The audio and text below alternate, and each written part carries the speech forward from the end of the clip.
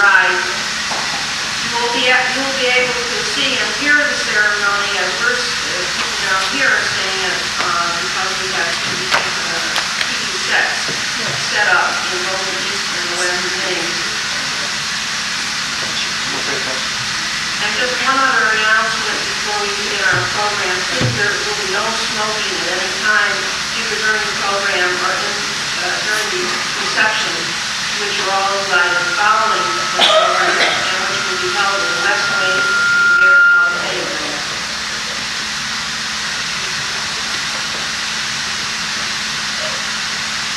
At this time, I would like to welcome all of you to the 9th Annual Induction Ceremony of the Meriden Hall of Fame Association, of which I have the honor and the privilege to be president this year.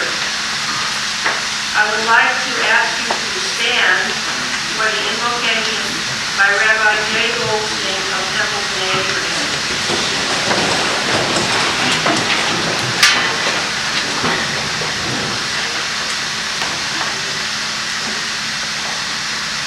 Lord, there is so much in life for which we may be thankful. We're thankful for our lives, for our minds, and for our health. We're thankful for our fellow human beings with whom we share burdens, working towards knowledge and growing understanding. It's therefore fitting and proper that we be thankful for days like today, and have the honor of adding to our list of honors in our hearts. Many who have taught us so much about what we can accomplish in our brief existence on this earth. How we can add value to our society in many ways and through many professions. Their lives have brought honor to Meriden, and we are thankful to God for their presence. The activities of this organization continue to enrich us all, and we together grow closer as we strive to act together for the common good.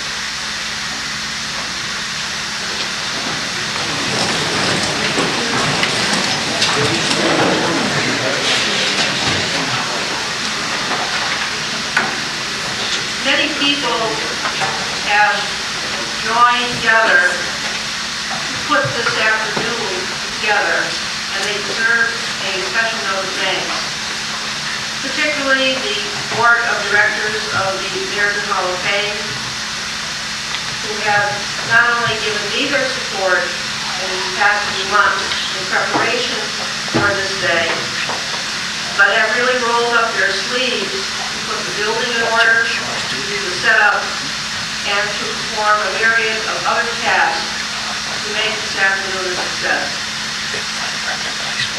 We have, and you will be hearing from him in a few moments, the Mayor of the City of Meriden, Mr. James Pellegrino, and whom we also owe a debt of thanks for the encouragement that he too has given us in the last several months, particularly in support of our efforts to restore and bring the Curtis Memorial Building back to a cultural role, an important cultural role to play in the life of the city. We wish to thank Ron Koga for the flowers which decorate the building today.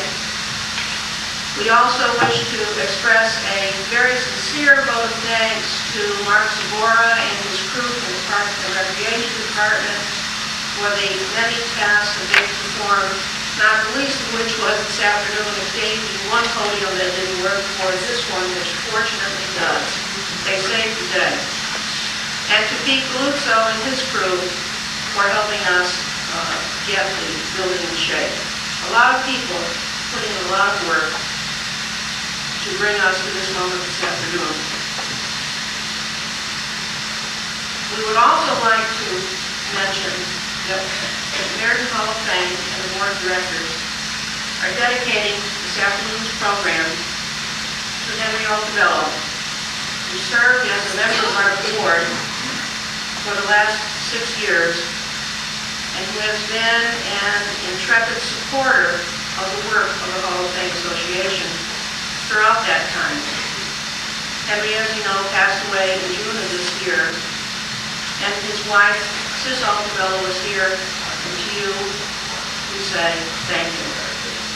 And at this point, I would like to call upon Mayor Pellegrino for comments from the city of Meriden. Thank you.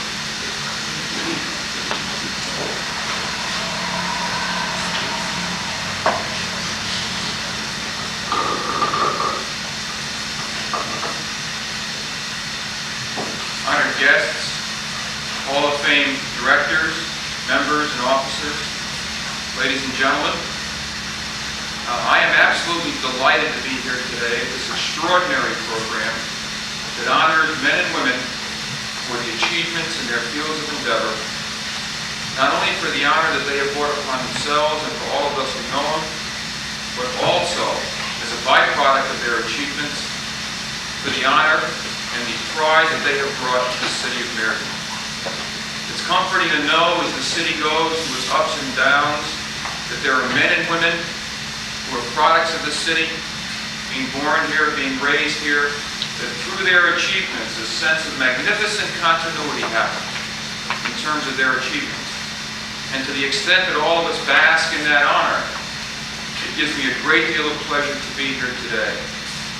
As I look at the list of the former winners, I'm very happy to say that not only am I proud today to be here on behalf of the citizens of Meriden to congratulate these people, on behalf of the City Council to congratulate these people, but I'm proud as the mayor of the city of Meriden to be here for what they've brought to this community.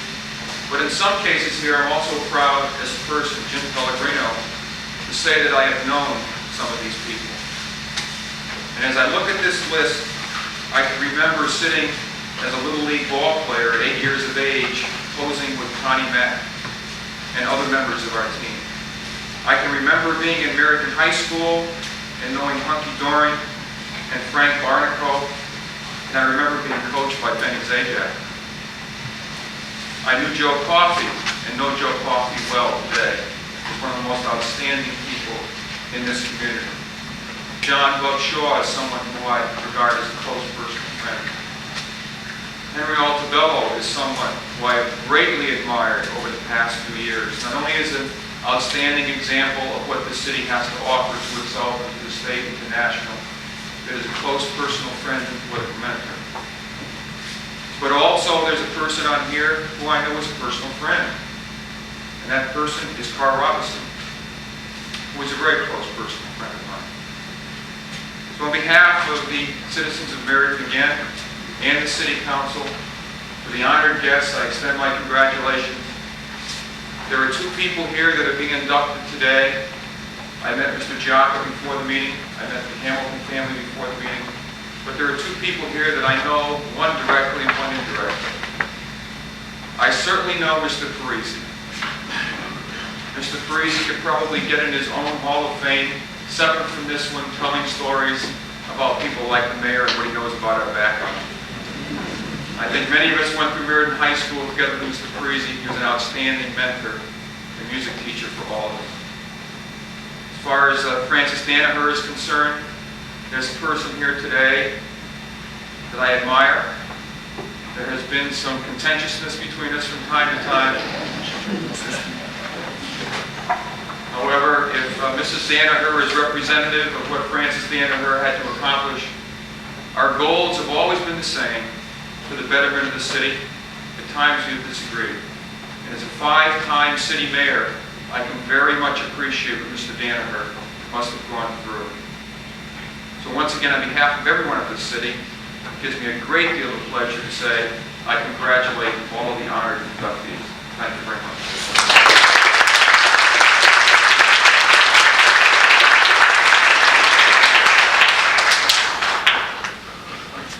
Thank you, Mr. Mayor, and again, thank you for gracing our program this afternoon. And now we come to the most significant portion of our program, and that is the honoring of the individuals selected by the membership of the Meriden Hall of Fame to be inducted here this afternoon.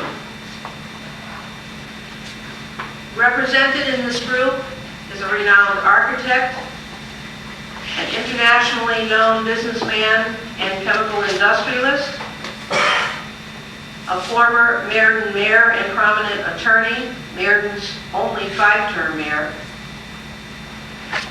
and a man who got his start in music, stayed with music, taught music, but has also gotten so involved in community affairs, we really didn't know what category to put him in. But I'm sure you'll hear more about that from him later. The first category this afternoon that we will be considering is the category of creative arts.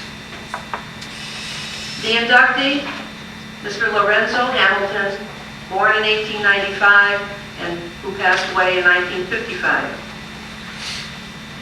We have with us today his 2 surviving sons, Mark and James Hamilton, and we have also another special member of the family, 92-year-old young, I should say, Mrs. Amy Yale, who is the granddaughter of H. Wales Lines, the founder of the H. Wales Lines Company, and who is a cousin to the Hamilton men here today. We thank you for coming, Mrs. Yale. We're honored. At this time, I would like to call upon a man who most of you are familiar with through his writings in the Meriden paper on various subjects, including art, Mr. Tom Potter, who is a former art supervisor in the Meriden Public Schools. And accepting for the Hamilton family will be Mark and James Hamilton.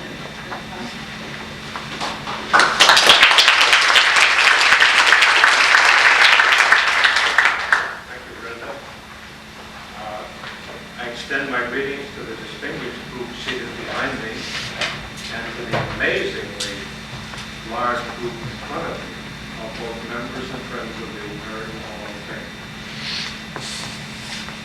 I will speak about some of the background for Lorenzo Hamilton. He was born in Meriden on June 24, 1895, the son of Frank and Sarah Lavinia Lyme Hamilton. He died at the Connecticut Veterans Home in Rocky Hill in 1955. During his 60-year lifespan, he had graduated from Meriden High School in 1914, married Ella Storr in 1918, and they had 2 sons, Mark and James, as well as 6 grandchildren. Lorenzo attended Phillips Academy and Yale twice, once before entering the Army Field Artillery in 1917, and again after World War I to finish work on his BFA in 1921. He earned a first lieutenancy in the service and later a captaincy in the reserve. Lorenzo Hamilton taught at the Yale ROTC program and was awarded a fellowship for a year's travel and study in Europe. After serving as a draftsman at the H. Wales Lines Company, he finally opened an architect's office in 1923. When Connecticut architects were required to register with the state, he was number 7 of the first 10 to do so. Now, Lorenzo Hamilton would trace his lineage back through a cousin and grandfather who were mayors of Meriden, to Elder William Brewster and John Hopkins, both Mayflower passengers and signers of the Mayflower Compact, and to the Reverend Thomas Hooker, founder of the Connecticut Colony and the city of Hartford. However, he is being honored here today for what he did with his own creative genius during the remainder of his life. He was an organizer of the Meriden Arts and Crafts Association, past president of the American Legion Post 45, past president of the Connecticut chapter of American Architects, and he enjoyed such hobbies as sketching, drawing Christmas cards and book plates, and charity club drama program covers. As well, strangely, for most of us to understand, he wrote children's poetry. What did he do with the rest of his genius? With sculptor Louis Scudebrough, he gave us the Memorial Boulevard on Broad Street. Years later, with Douglas Orr of both Meriden and the Haven, he created his last major project, the Meriden World War II Veterans Memorial Hospital. In between, He created some of the best of what Meriden was to become. There are over 39 homes in colonial and English style on Bradley Park, Allen Hill, Collins Parkway, Curtis Street, Paddock Avenue, Hillcrest Terrace, Broad Street, Carpenter Avenue, East Main, Lydale Place, and Pearl Street.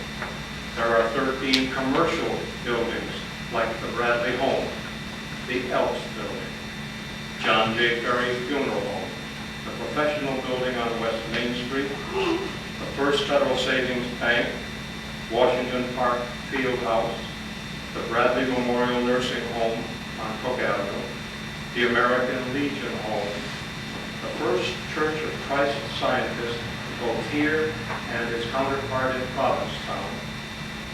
He designed 4 of our schools, Hanover, Barry, Roger Sherman, and the old Wilcox Tech Trade School, which stood on Miller Street, which now houses some civic organizations. He did major remodeling in the Wilcox block, which once housed the Sears Roebuck Company, Stylex, Michaels, the downtown version of the Squire Company, and the International Silver Company's North Colony Street office. He also designed the Yale Record Building on York Street in New Haven, the Connecticut Light and Power offices in Brantford and in Essex. The buildings he designed and built here are still among the best in America. He was quite an artist. I never knew Lorenzo Hamilton. The closest I came was knowing his sister Maud Hamilton as a wonderful teacher of Meriden High School here. Much of the pride evident in her voice whenever she mentioned Lorenzo must have rubbed off on her students. I only hope that some of the contagious respect with which she spoke of him is also evident in my voice as I read what I have just done, what is inscribed on this plaque, before presenting it very proudly to his sons, Mark and James Hamilton, and through them to his 6th grandchildren, on the occasion of his induction into the Meriden Hall of Fame. Mark and James, will you come up here? Let me just show it to them, the food there is the plaque. Now to you.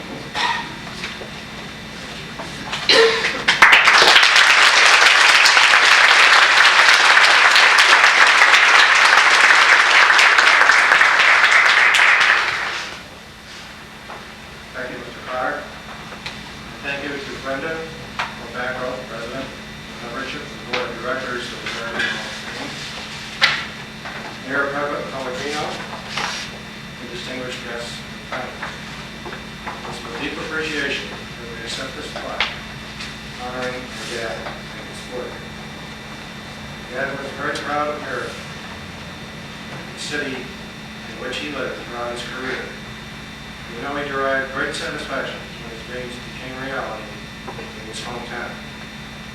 We also extend our personal congratulations to today's other honorees for their fine achievements and contributions to the city of Meriden. Thank you.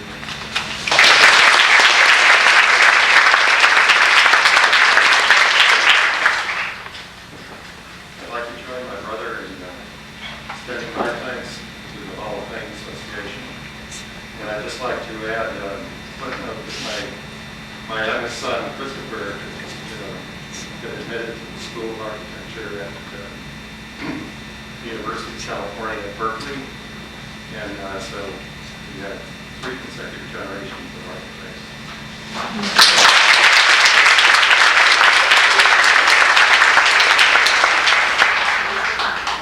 Thank you, Mark. Thank you, James. And thanks to all members of the Hamilton family who traveled far and wide to be here today. Speaking of a person who travels far and wide, and especially to be here this afternoon, I must refer to our next honored guest, Alexander Giacco, who fool when I first contacted him through his public relations man, which I thought was really classy. I said, we are going to be honored to have Mr. Giacco inducted into the Meriden Hall of Fame Association. And Mr. Douglas said to me, well, I'll have to check the schedule. So he checked the schedule. He found out that Mr. Giacco was supposed to be somewhere in Russia over this weekend, yesterday and today, giving a paper or a lecture, I believe, in Moscow. And I said, well, how could we ever compete with that? Well, little did I know at the time of Mr. Giacco's deep affection for the city of Meriden, where he grew up, and of course where thousands of Giacco descendants still live here in the area. That's a slight exaggeration, just a slight exaggeration. But after a period of phone calls back and forth over at least a month and a half, not too long ago, we got the word again from Mr. Douglas that Mr. Giacco had indeed been able to rearrange his schedule, and thanks be to God, Meriden won out over Moscow. We are absolutely delighted to have him and his lovely wife, Edith, here with us this afternoon. Now, Ron Leone didn't have to travel as far, but he too made sure that he was able to be here this afternoon to make the presentation to Mr. Giacco in the category of business and commerce for his many achievements. And I would like to call upon Ronald Leone, president of the Napier Company here in Meriden, to make this presentation.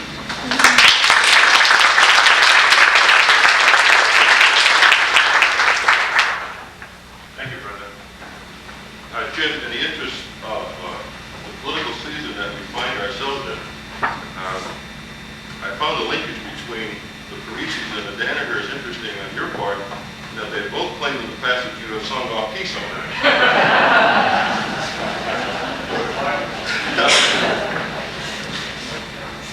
It is a distinct pleasure for me to be here today and make this presentation to Mr. Giacco.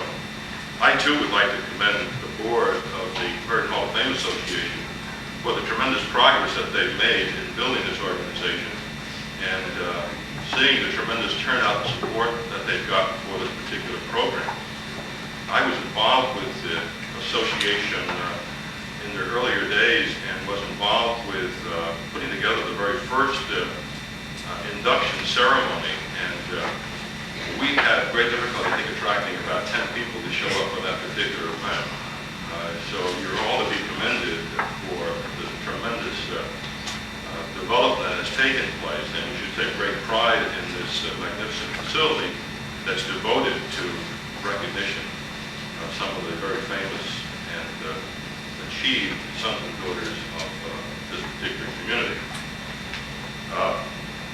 The focus of what we're here today to do is ostensibly recognize service to community, family, occupation, the arts, and a variety of other kinds of activities that take the interest of various individuals in their lifespan. It was somewhat ironic that any of you who attended Mass today, that the gospel dealt with the question of achievement and recognition and honor through service to others. And I think that's most appropriate that this particular ceremony is being held today when that was the message the gospel presented in our churches today. And these people who are being recognized, I think, in fact, are evidence of achieving great recognition through service to others.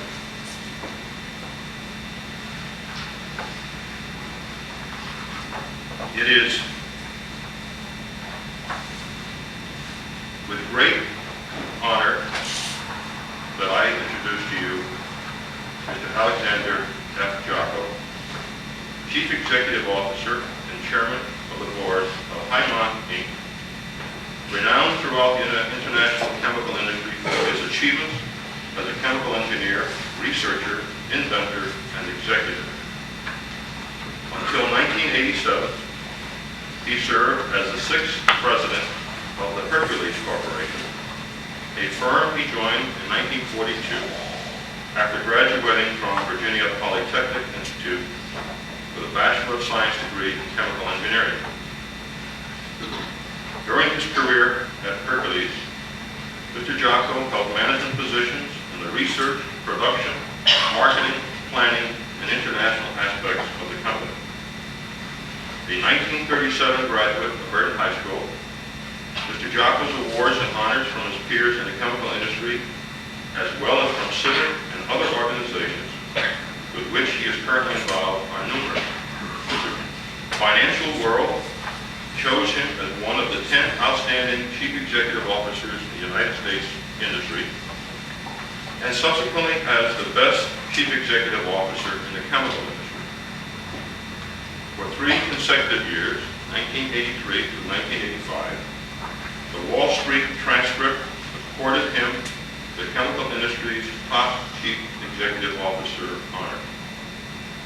For his many professional achievements, Mr. Giacco holds honorary degrees from Mount St. Mary's College in Emmitsburg, Maryland,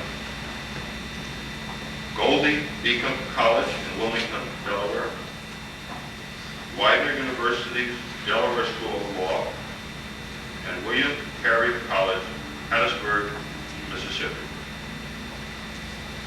Mr. Giacco holds several patents on the design of solid rocket propellant grains and has been widely published in professional magazines and journals. He also serves as Vice Chairman and Chief Executive Officer of Monte Edison, a chemical corporation based in Italy, which was established in 1983. In 1985, the Italian government awarded him Commendatore status in the Order of Merit of the Italian Republic, the country's highest civilian award. Since 1987, a member of the National Academy of Engineering, Mr. Giacco earned this honor for his creative leadership in the chemical industry. Also in 1987, Hercules Inc. established the Alexander F. Giacco Presidential Chair at Virginia Polytechnic Institute to honor his many accomplishments in the chemical industry and for his executive and administrative talents. Mr. Giacco was born August 24, 1919 in Italy, came to Meriden with his immigrant parents shortly thereafter. And just as a byplay, I think that is another aspect of this particular community in terms of the immigrant relationship and the contributions made through those families that are much appreciated and is somewhat of a dying aspect of development, it seems to me, as many of us go on to second, third, and fourth generation relationships as far as family background is concerned, and that those who came from those immigrant roots, I think, had even greater challenges to face in terms of their development.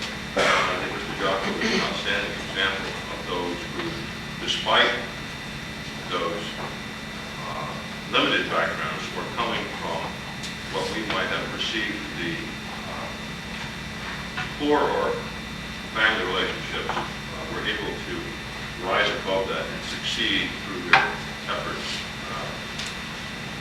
The Giaccos live in Wilmington, Delaware. He is married to former Edith Brown of Roanoke, Virginia, and are the parents of 5 children.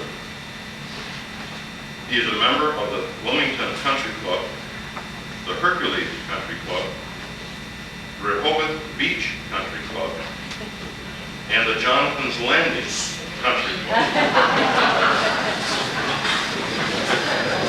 I sincerely hope that those plugs get me an invitation to play golf. Brenda has already mentioned to you that despite this great success and the great recognition that Mr. Giacco has in the chemical industry, both on a national and international basis, and having scheduled a fairly important business trip to Russia, that his love and affection for this community and its people allowed him to choose to be here with us rather than in Russia. So Russia's loss is Meriden's gain, and it's my pleasure to introduce to you Mr. Alexander F. Giacco.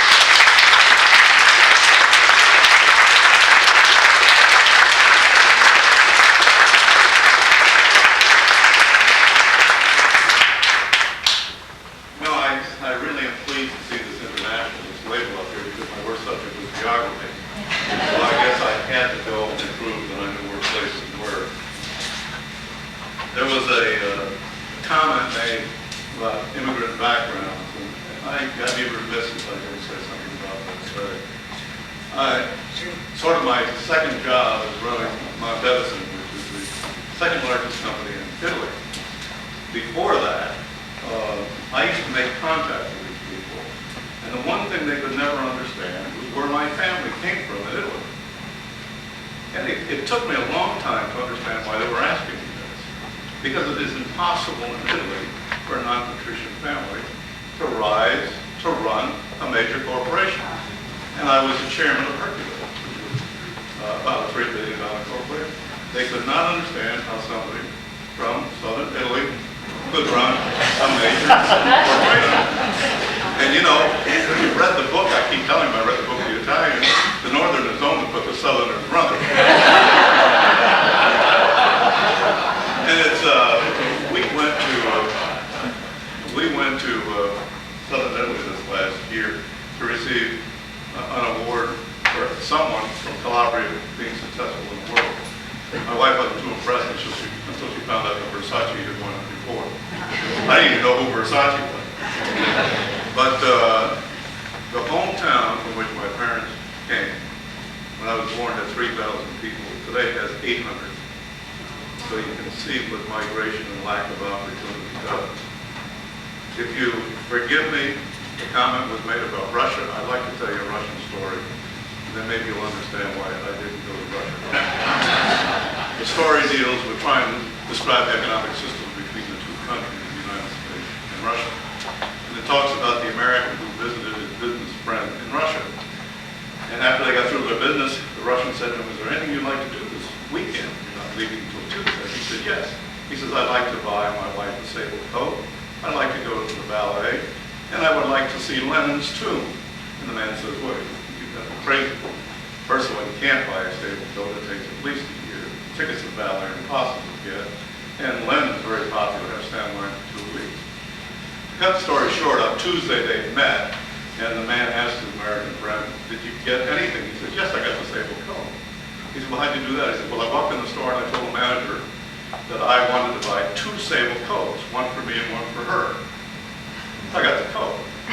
He said, "What about the ballet?" He said, "Well, I went to ballet and I told the manager I wanted to buy 11 tickets, but I only needed one. I needed 10. He says, "I got to the ballet." He said, "Well, what about Lenin's tomb?"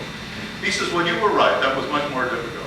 But he says, "I went to the captain of the guard and I said, there's $100 in it if you can get me in this, if I can see Lenin." He says, the captain looked at me and said, "You want to go in or you want to bring us?"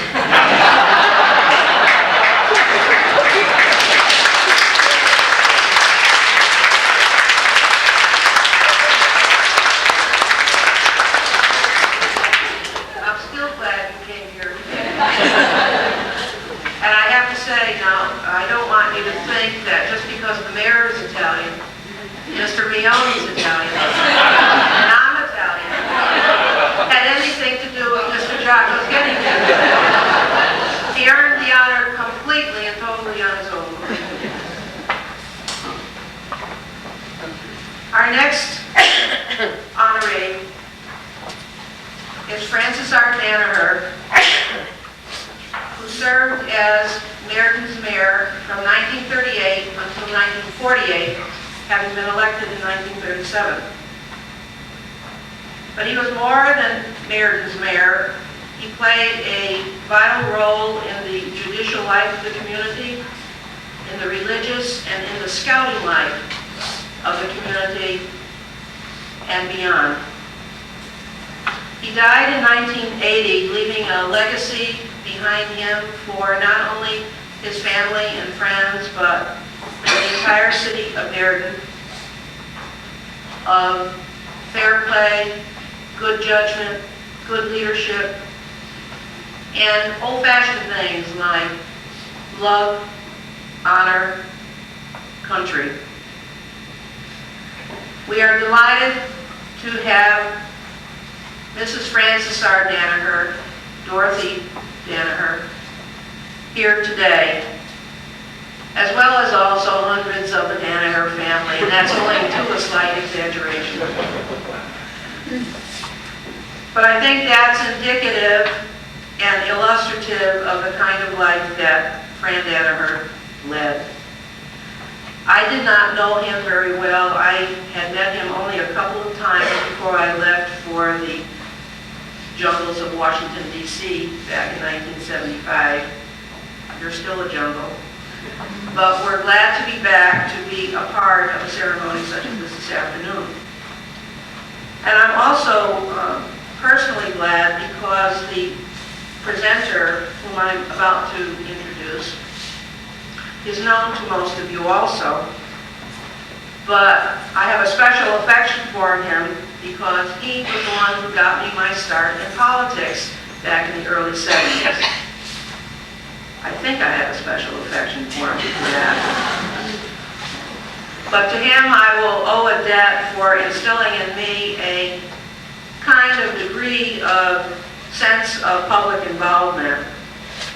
And it is a real pleasure and personal privilege for me to introduce to you Judge Donald T. Dorsey, who also served as Mayor of Meriden and who is now a member of the Superior Court of the State of Connecticut, and accepting for the Danaher family, Mrs. Dorothy Danaher.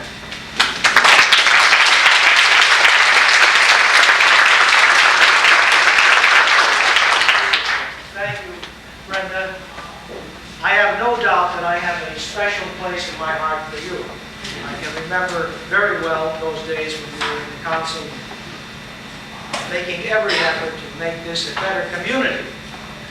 I couldn't help but think when I looked at this very handsome program, and I went over the names of the people who are going to receive these awards today, that each of them graduated from the Meriden High School.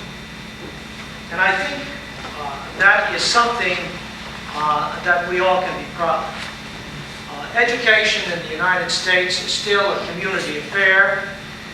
A great deal of the expense is borne by the state. Ultimately, that expense comes from individuals. And the high school has done a great job. It has produced people like Lorenzo Hamilton, who's essentially a technician and an artist. People like Mr. Giacco, who's in business. And particularly like the gentleman that I have the great honor to present, Frances Danaher. There's an interesting bit of material on his background in the program, and some of it is repeated in this very handsome exhibit, which will be placed upon the walls here. And I knew him personally, and I have a personal feeling for his family, for his father, Cornelius. When I came to the bar, it was customary to have an annual dinner at the 1711 Club in Meriden.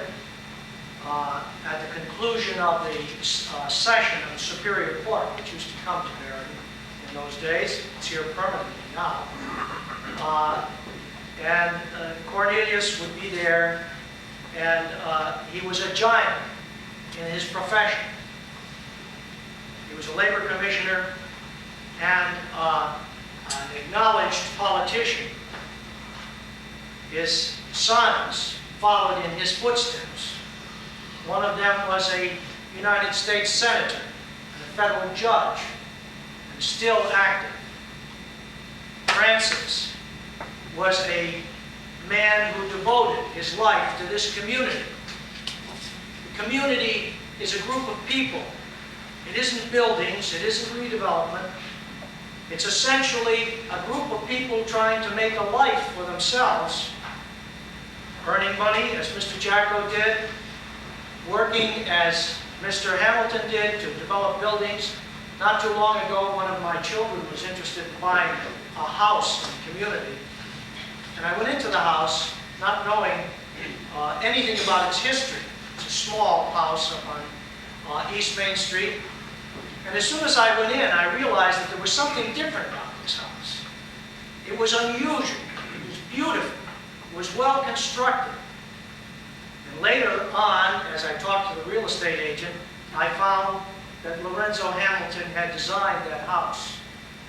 I felt very good about that. Of course, I've known Mark all my life. We attended the Meriden High School together. And I knew Francis Danaher. I knew him, first of all, as a scoutmaster. I can remember going to the Lake Pocketapog camp over there that the Boy Scouts had. We all went over there, and Francis used to take a month off from his law profession to be with the boys, with Leonard Petroselli and a few other Meriden people. And he ran a very tight ship. There was no fooling around with Francis. You had to obey the rules. And it was good for all of us. Later on, when I went to high school here in Meriden, I remember that the featured speaker at the high school graduation was Mayor Danaher. And one of the few things that I can remember about speakers that I've heard in my lifetime, I can recall what he had to say to us at that particular time. I'm not going to dwell on it, but it always impressed me about looking ahead and looking up at the sky, not looking down at the ground. Subsequently, when I became a lawyer, I found that Francis was always willing to help, not just me personally, but any young lawyer in the community. And he was a beacon for us all. He was a beacon of moral ethics, and he was a beacon of professional judgment. And we called upon him time and time again for advice when we had a difficult problem. Some of the young lawyers in town will tell you at that time that he was very helpful to them. He used to refer cases to them. Later on, I entered politics, and I had the occasion to call upon him on many occasions to ask for advice. He gave it freely and without any reservation. Subsequent to that, I became a judge, and I recall talking to Francis time and time again about the problems in the legal profession. We know what a great mayor he was during a period of time when the country was at war, and what he contributed to the city, and what a great father he was, a great husband. I know all of the Danaher family. I saw Alana here today for the first time. She was the secretary to Governor Meskel when I was in state service. And of course, I've known Dorothy since she was the prettiest girl at St. Rose School. So I'm very happy to be here today on this personal note and present this plaque to Dorothy, who in her own right is deserving of a plaque. She's not only been a very famous alderwoman, but she has also been just as active in the Boy Scouts and the Girl Scouts as Francis were. So I hope that you and your family will receive this with the great respect and honor that we all have.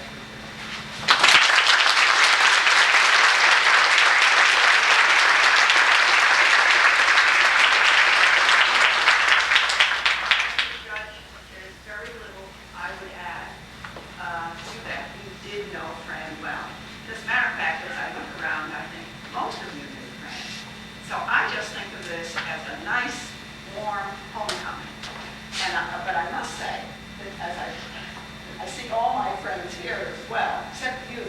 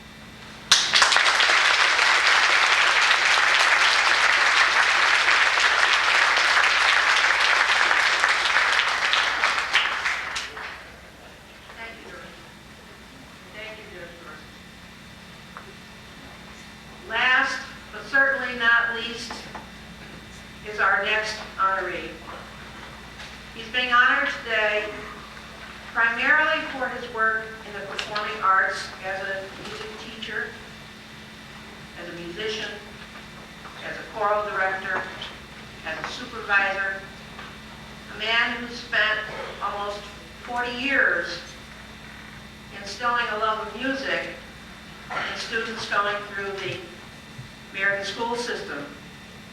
And I have a funny feeling that later when he gets up to talk for half an hour, that he's going to tell you how much he sorely missed having me as one of the students, because I was one of those ones who went out of town to school. Every time he sees me or we get together, he reminds me of that fact. But I'll never too old to learn. Antonio Parisi is a man for whom we did have a hard time finding a category to put him in, because he has become more than Meriden's Mr. Music or Meriden's Music Man. He's become a fixture on the scene of community involvement. He belongs to many service organizations, including Kiwanis.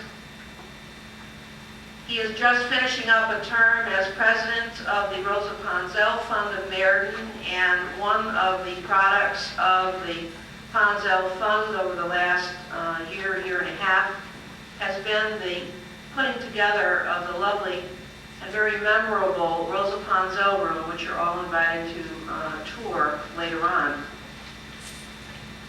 He has also been a very important part of the Meriden Hall of Fame Association, serving as president preceding me. He's the one who got me into this job, for which I will always be indebted.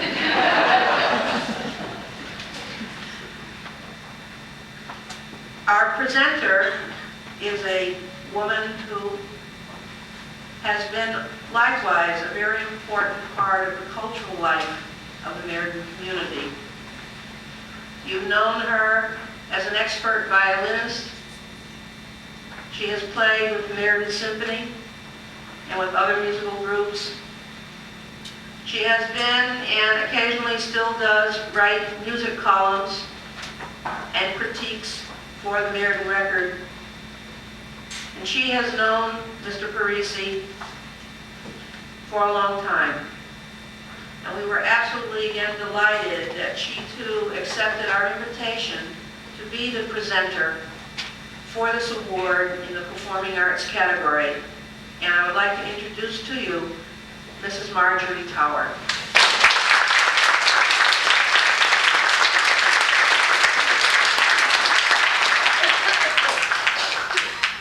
Thank you, Brenda. Ladies and gentlemen, from a certain perspective, it seemed right that I should be the one to present the award to Antonio G. Parisi. And because it seemed right, I'm happy to do so. I would do anything to facilitate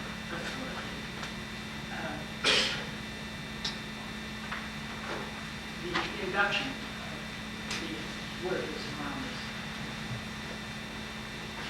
this. Mr. Parisi was born in Meriden, and his letters are so, the words are exacting and brimful that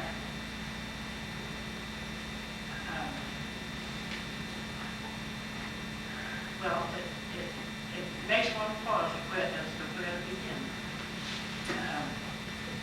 He spent 37 years as supervisor of the Meriden High School and music department, and at Maloney, 37 years.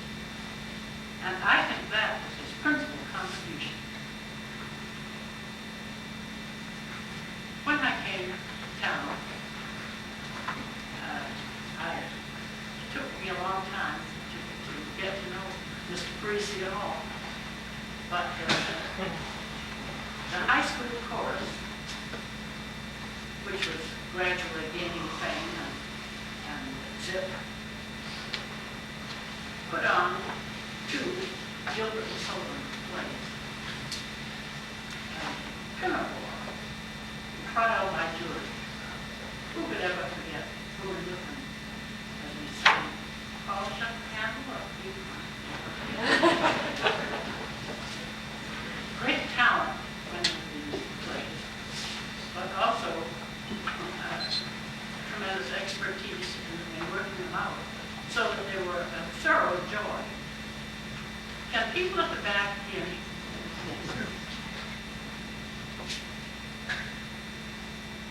Do they? Yes. Oh, yes.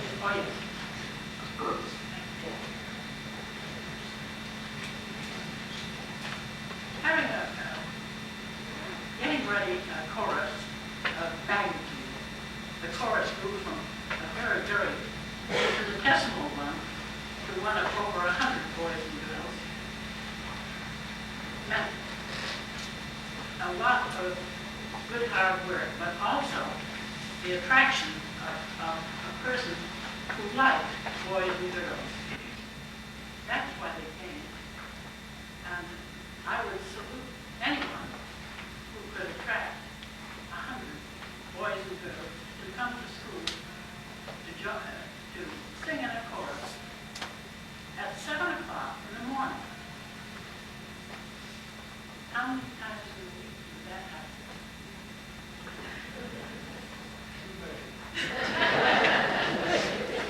But nowadays, you can imagine boys and girls getting up at 6 in the morning so that they could race to school in order to sing in the chorus. So I salute Tony in that regard.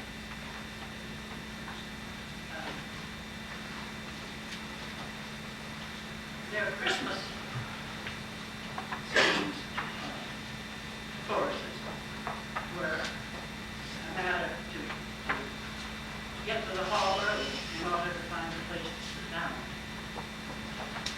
Later, Tony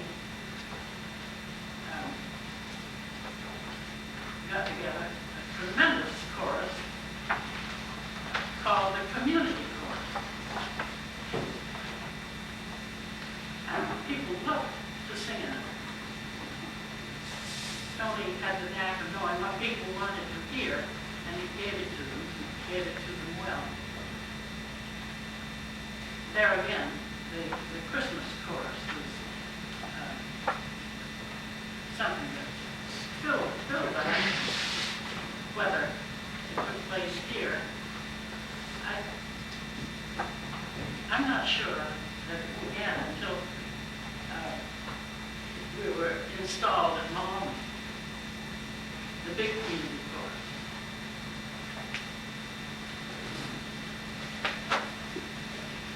Beside the community chorus, it was a period of chorus. It was a period when video didn't argue with us very much. And Tony conducted choruses, the Ensilco chorus, choruses in Westchester,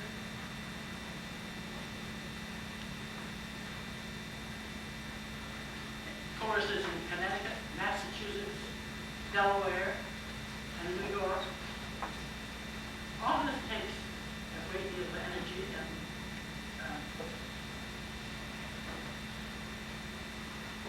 know-how.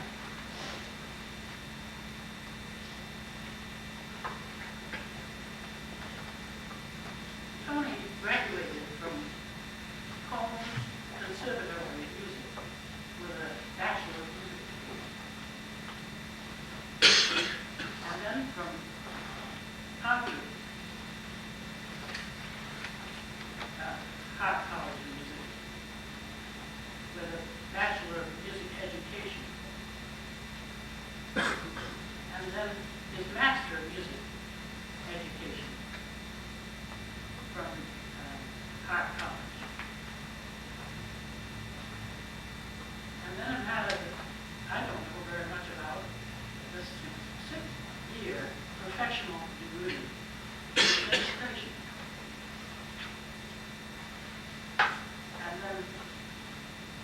ancillary courses in music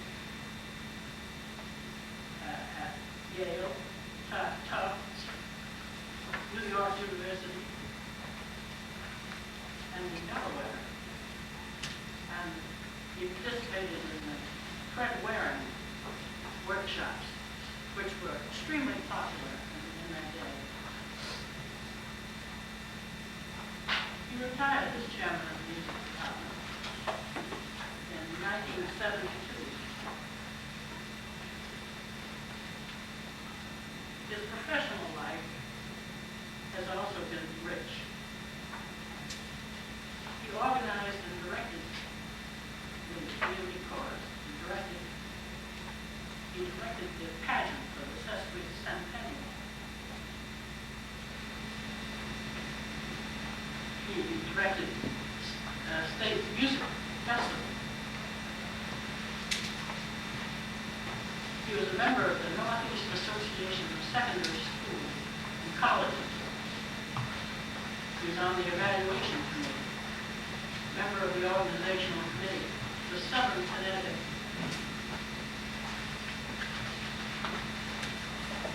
Community College.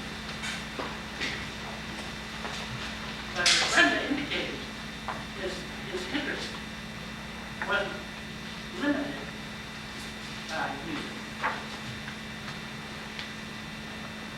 And civic music.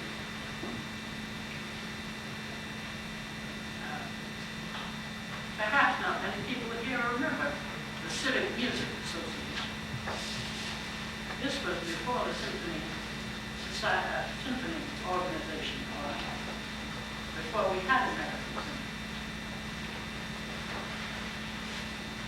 There was a private organization called Meriden Hall of Fame with 900 members. And Tony was business manager for 25 years, which meant making all the arrangements for some of the world's greatest artists.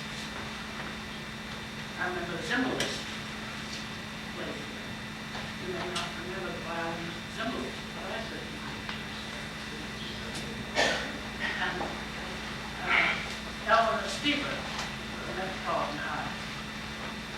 The track family came. It was to bring the finest music soloists to our city. And we had a great civic pride in this effort.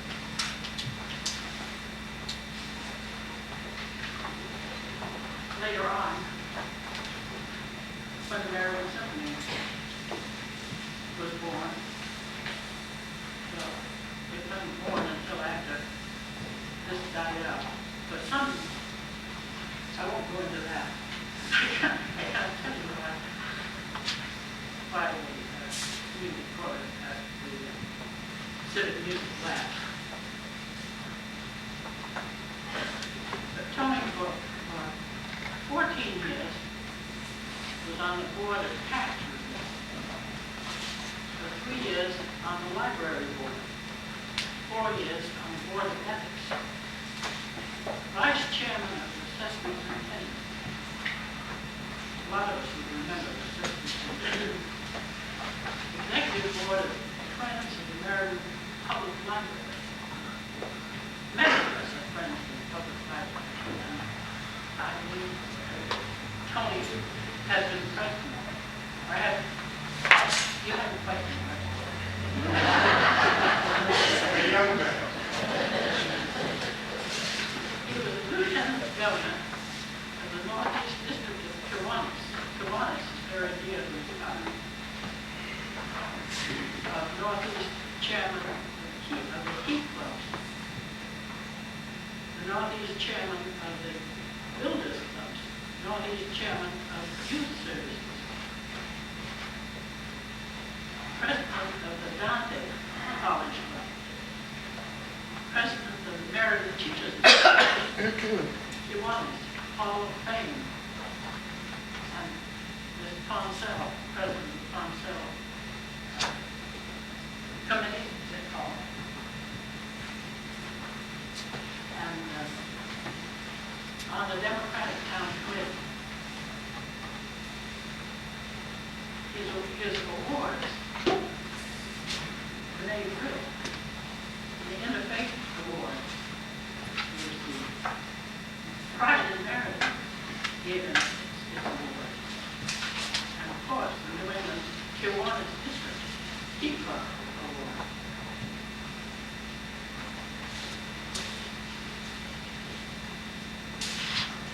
One would wonder what he does now. Tony has had great pleasure and skill in lecturing on the artist, Eric Sloan. You must have seen Sloan's pictures, marvelous pictures of old barns. I haven't heard this one, but I hope to someday. Why they always leave the women and children at the tail end of the program? I was tempted to put them in immediately after the education paragraph. But I neglected it, and I'm sorry. We always neglected it. I'm sorry. But Tony married Batista Pagano of Middletown. And he was a very smart man.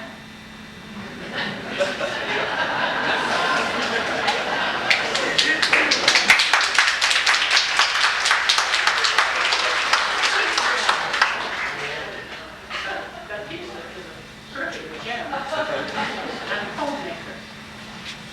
And Tony could not possibly have achieved all the gyrations I mentioned to you if he hadn't had a snug, welcoming home. And there were 3 boys resulting from the marriage: John, Peter, and Anthony. Now, John is a pharmacist, and so is Peter. And John was here today from Wednesday. Would you rise just a minute?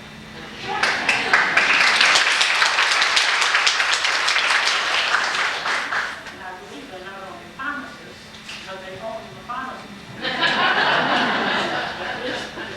Here's the difference. And Anthony, who is a microbiologist, and evidently the world is his open territory to him. His travels are enormous. It's with the utmost pleasure that I assist you in this induction.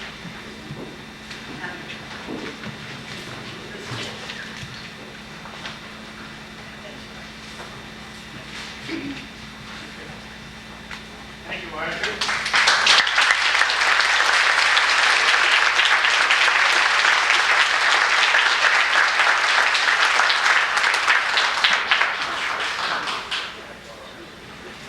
Brenda's going to be sorry she said I have a half hour.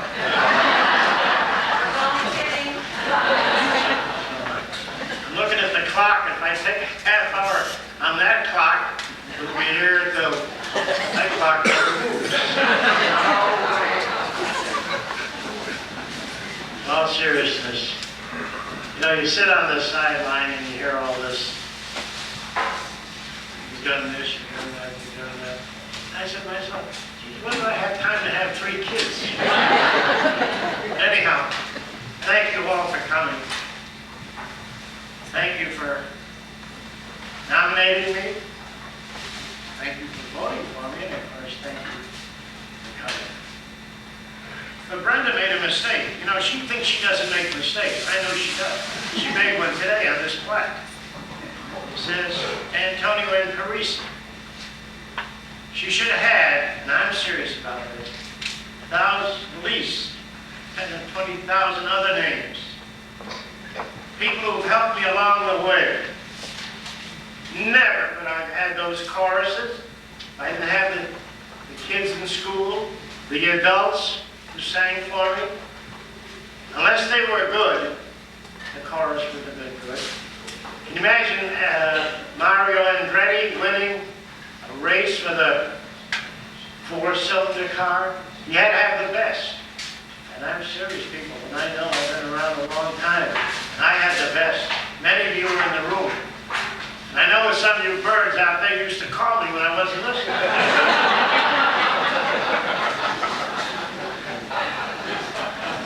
If you only knew what I was thinking of you people.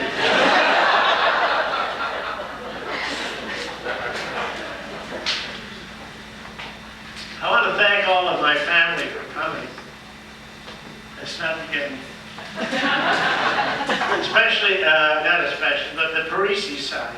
You know, I've got more kind relatives on the Parisi side you can shake a stick. They're here from Vermont, Massachusetts, down, I understand, one from Jersey, up to Pennsylvania, around the state, cousins. All I can say is this.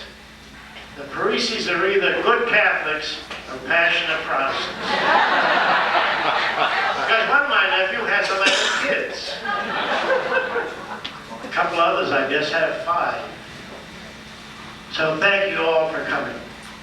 Of course, I also have to thank my in-laws for putting up with me. I call them my outlaws. Because I'm not the easiest person to get along with all the time. You kids in school know that. My big fallacy is I call it as I see it. So I'd never make a politician. So thank you to the Paganos of Middletown for loaning me Tata for 53 years up to now. Hopefully many, many more years. I just want to say a few things about the work that I've been fortunate to do. I say fortunate, I was lucky because I worked with the young people.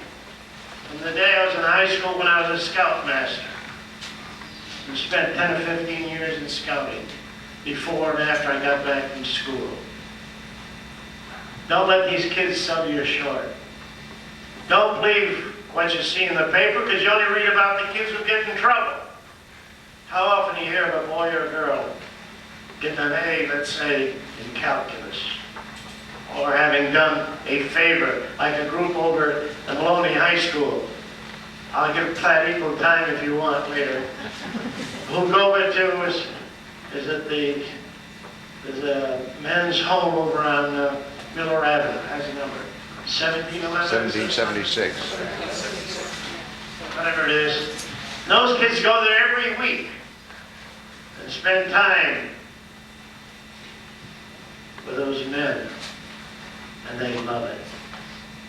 And those you young people who are thinking about a profession, now that the city of Meriden, especially in Wallingford, the area around here, is really paying you a living wage so you don't have to go out and have 2 or 3 jobs to support your family, send your kids to college. Think about it. It's an enviable position. It's something that you get a great deal of reward. Maybe we didn't make as much money as some of others, but we had something that you can't buy. Maybe I'm conceited in thinking that I had a little respect from some of these kids. There's still people, older now, grown-up kids, who won't call me Tony, friends at Kiwanis, who call me Mr. Parisi. But talk about respect, this is a little story, maybe I shouldn't tell it here, but it's Sunday afternoon, it's perfectly all right. I went to Mass already. So I'll pray for forgiveness. But no, it isn't that kind of a story. I think it goes straight. This gentleman came from a far-off country, visited New York City, and he heard about the Yankees. My Yankees, they'll come back. So I cut the tree down, you know. Takes a little time, then it grows. So he went to get a see the Yankees play. He said, I'm sorry, no, I said, they're all gone. So, jokingly, the fellow said, hey, I'm flying the flagpole, go ahead, you can sit up on top of the flagpole. Little did he know he came from the islands where they're accustomed to sitting up on top, climbing the trees. He said, this fellow, he was talking to him when we went back home, he said, you know, not only did they give me a free seat, but they're all concerned on whether I was comfortable. He said, you know, before the game started, they all rose as one and said, "Ho, say, can you see?" That's respect. My dad used to say, respect is not something you get. It's something that you earn. And I want to thank in a special way, I'm not going to call any one individual name because I'm bound to leave some out. But the Meriden Kiwanis Club, which is my second life, I guess. Tyler says I'll do things for them, and I won't do it for anything else. But I've been at it now for 38, 39 years. But they have given me the opportunity to serve the youth, to spend time with boys and girls throughout New England, out in the Midwest, out in California. Where else would I have had that chance to watch these kids? And I don't know, hopefully, maybe even Alec, who's done so very, very well. Which maybe the little time that he was with me in high school, maybe something rubbed off. I'm hoping some of his goodness, his brains, but they didn't rub off. Whenever I pick up the paper and I see that someone is being honored, I say, I had a kid in school, former student. I don't remember you all, but I do remember those. If you've got enough guts in here and will admit it, how many in this room have I said to you a graduation chorus? Open your mouths, but don't make any noise. Anybody in here? Up to you. I get it all the time. You were the stinker. You wouldn't let me sing. I went to the Board of Education at one time, looking for more money for the teachers. That's new. It was back several years ago when I was president. And the president of the Board of Education, whose name I won't mention, said, nothing for you. You wouldn't let me sing at graduation.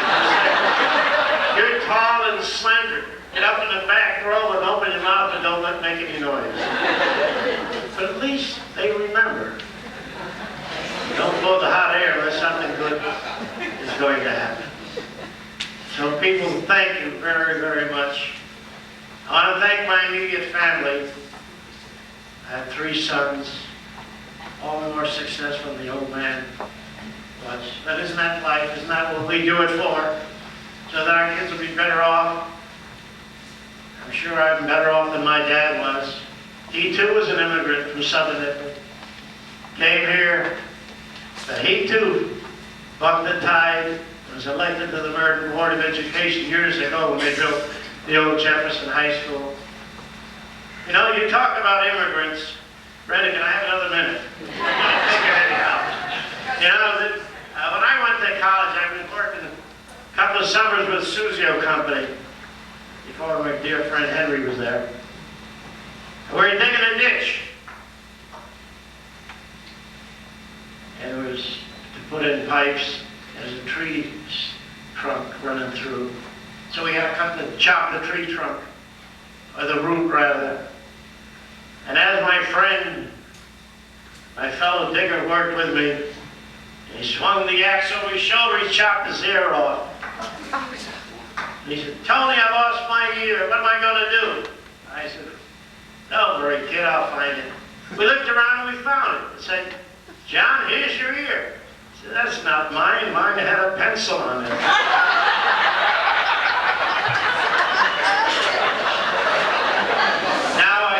Pencils of my kids, Peter and John's drugstore. And people say you're looking good, Tony. It's because I don't pay for medication. And my son Tony in California, who called this morning, all excited because Notre Dame won big last night, but really to congratulate me. He said, boy, they're hitting the bottom of the barrel. But I have more than 3 sons. I have 6 lovely grandchildren, including a little baby. Can you imagine a Parisi by the name of Patrick Parisi? And my daughter-in-law was saying that she was with child, I'd say, take good care of little Tony. Honey, got enough, you got 3 of them. And she very astutely said, you know, your son picked his last name. I'm picking it first. How can you win? You just can't. But I don't only have grandchildren, 3 grandsons. I have 3 marvelous young ladies. I don't think of them as daughter-in-laws. I think of them as daughters. They give me a hard time. I can't always smoke my smelly pipe when I want to, but that's all right. So I have 6 children who've been grand to me. And of course, Bob Hallback said in the letter, Bob was called away. He said, don't forget to give Todd a credit. You heard somebody say Tony's smart. What a backhanded compliment. Smart because I married her. I wouldn't have married her if she wouldn't have married me had she known the first time I saw her. Back in the early 30s, I went to St. Sebastian Church and talked to the priest about the church and choir job over there, organ and choir. I said to Jimmy Montemuro, some of you may know on the west side, I said, bet you $5. I didn't have $5. In those days, if you had a dime, you were doing good. I said, I bet you $5. I have a date with her. And she knows it. She never would have. In all sincerity, even all joking aside, after every program and every concert, people come up to you and say, oh, you did a swell job, Tony. They do it out of politeness. They do it out of courtesy. If they say you're looking good, they don't always mean. It means that you're getting old. You never say you're looking good to a young person. Never. Just to those of us over the hill. Not to the street, they say you're looking good. I couldn't have done it. But these people come and pat you on the back. I'd say thank you very much. I knew whether the program was good. The people who sang for me or played for me, they knew it was good. But there was one person who had no axe to grind. After all, she had gotten me already. What else could she have gotten, right?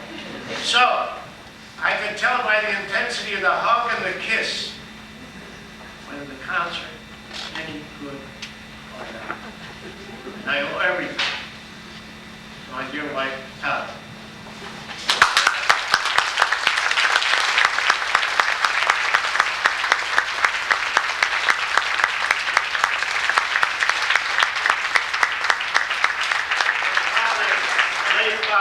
Said one day at church, it was our 44th wedding anniversary, and it was daily mass, and I went dressed for a change. We were going out. He said, what's the occasion? I've been married 44 years. So he gave a spiel on the altar, nice things, you know. As a member of the clergy, or have to do, they lie a lot. But they say nice things, you know. At least it sounded good to me. When he got through, he says, Todd, I think that deserves a dozen blueberry muffins. So Todd, I think that deserves some blueberry muffins. Now, friends, in the words of a song many of you have sung, that I have conducted hundreds of times, may the Lord bless you, keep you, may His countenance shine upon you and give you peace. Thank you very, very much.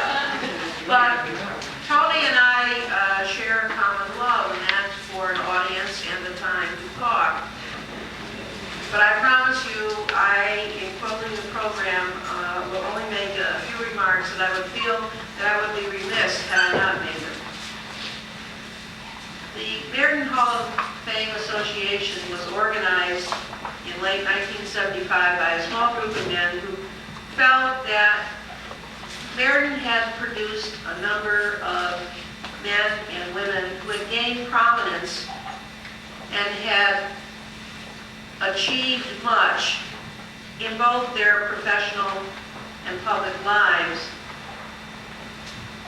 And that should serve as a kind of role model for those of us who came after these men and women.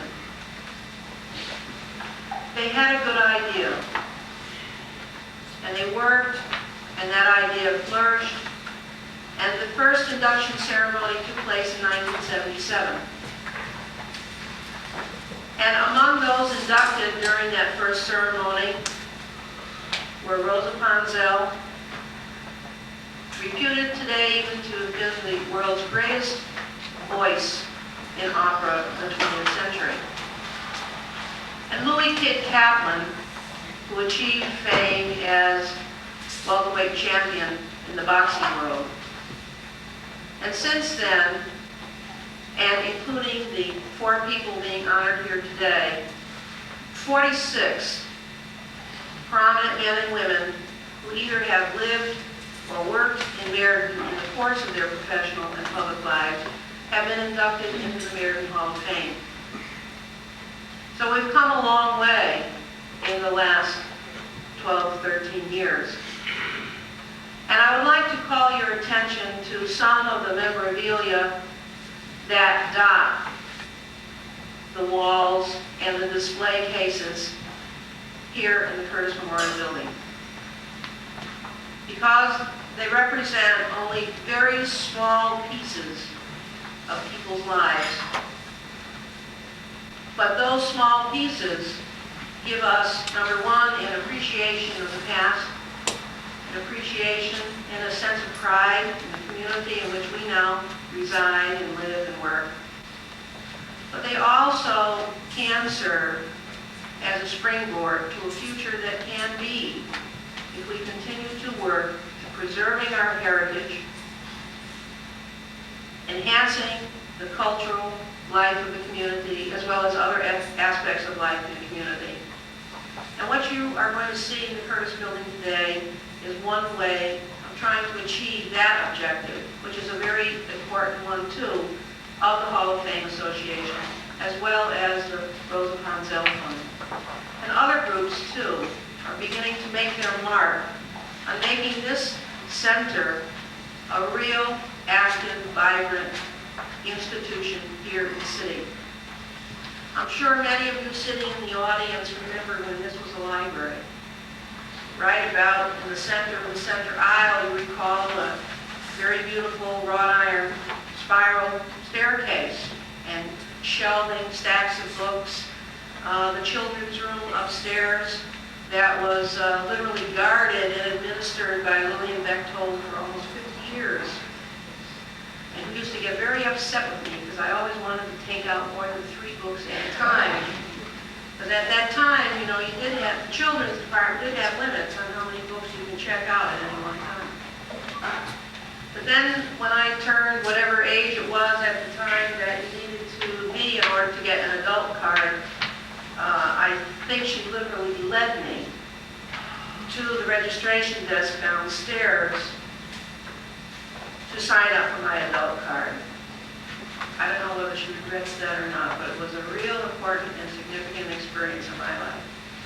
Because ever since then, I've had a very real love for this building, and that love has been shared by many, many people sitting in the audience today, sitting on the stage, who have worked to restore a building that had been neglected for a few years. But we're beginning to see a resurgence of the building, and ceremonies like this, coupled with an appreciation of the facility in which we are gathered here this afternoon, can only encourage us to continue our work to preserve Meriden's past, on which its present is built, and on which its future will depend. And if you didn't notice them when you were coming into the building, I would ask you to observe on your way out. There are 2 plaques on either side of the top of the stairs. They're dedicated to the memory of the 2 people who made this building possible at the turn of the century, George and Augusta Munson Curtis. They spearheaded a drive back in 1903 to raise money to build Meriden's first public library, which this was. And if you can believe, at the time, a building like this cost in the neighborhood of $4,800. But I guess it was a lot of money back in 1903, 4, 5, and 6.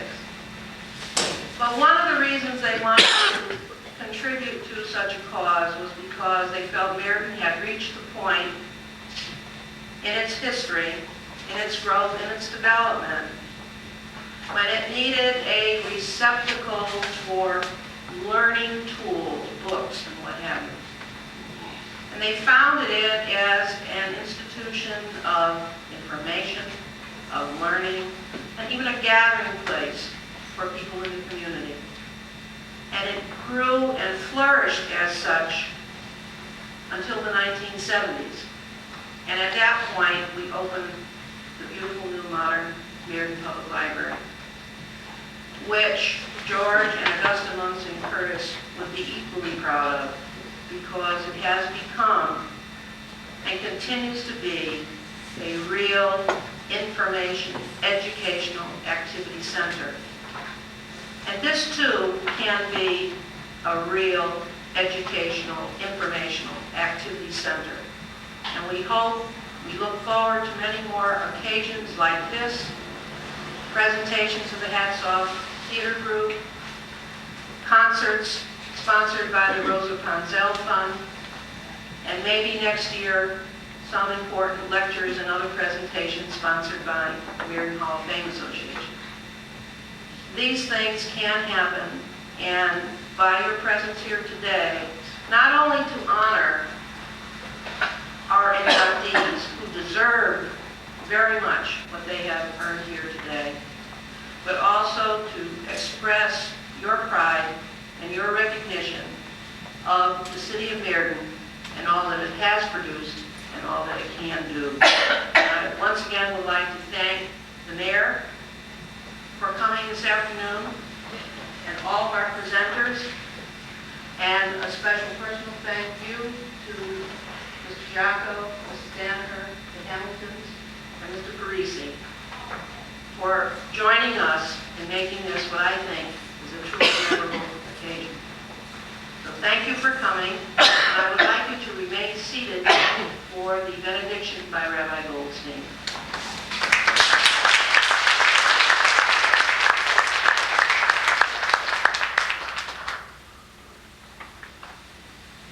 Great American sculptor Lucian Bergman, among whose famous works is the head of Lincoln displayed in the Capitol in Washington, is reputed to have had an elderly housekeeper who used to come in every day to tidy up his apartment.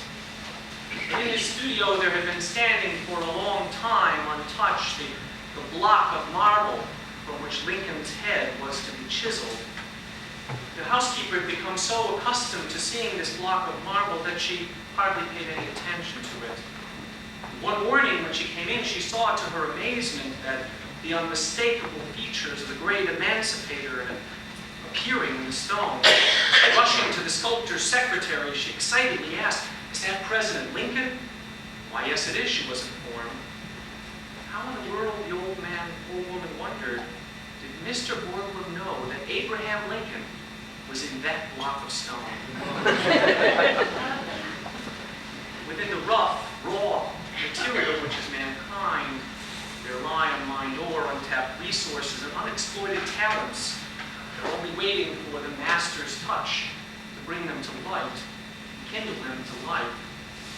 These latent abilities are like clay, which can be mud caking our shoes, or bricks embodied in a building or a statue whose fire can see it. The clay is the same. What it turns out to be depends on how it is used by the one who sees its potential. We've honored here this afternoon 4 individuals who excel in fulfilling their own potentialities.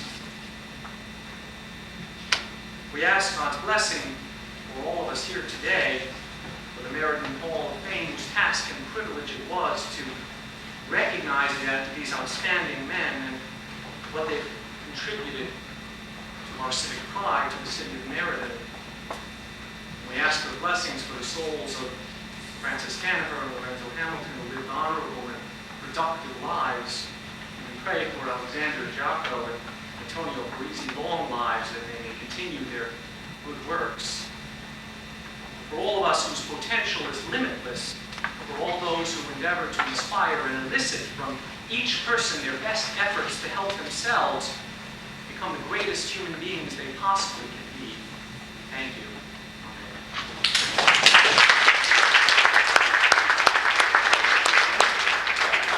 Thank you very much, Rabbi. And now I would invite you to some refreshment, which will be available in the West Wing, thanks to our refreshment committee headed by Josephine Bradwell.